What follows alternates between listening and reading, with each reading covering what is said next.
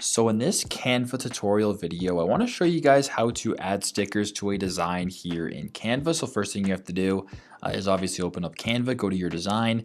Then I want you to press on the Elements tab right here in the top left corner. I want you to press on Elements. Once you press on that, I want you to go down to where it says stickers right here. I then want you to press on See All. Then you are greeted now with a bunch of different sticker options. So let's just say, for example, you want to add this heart right here. You can add that heart right here. There you go.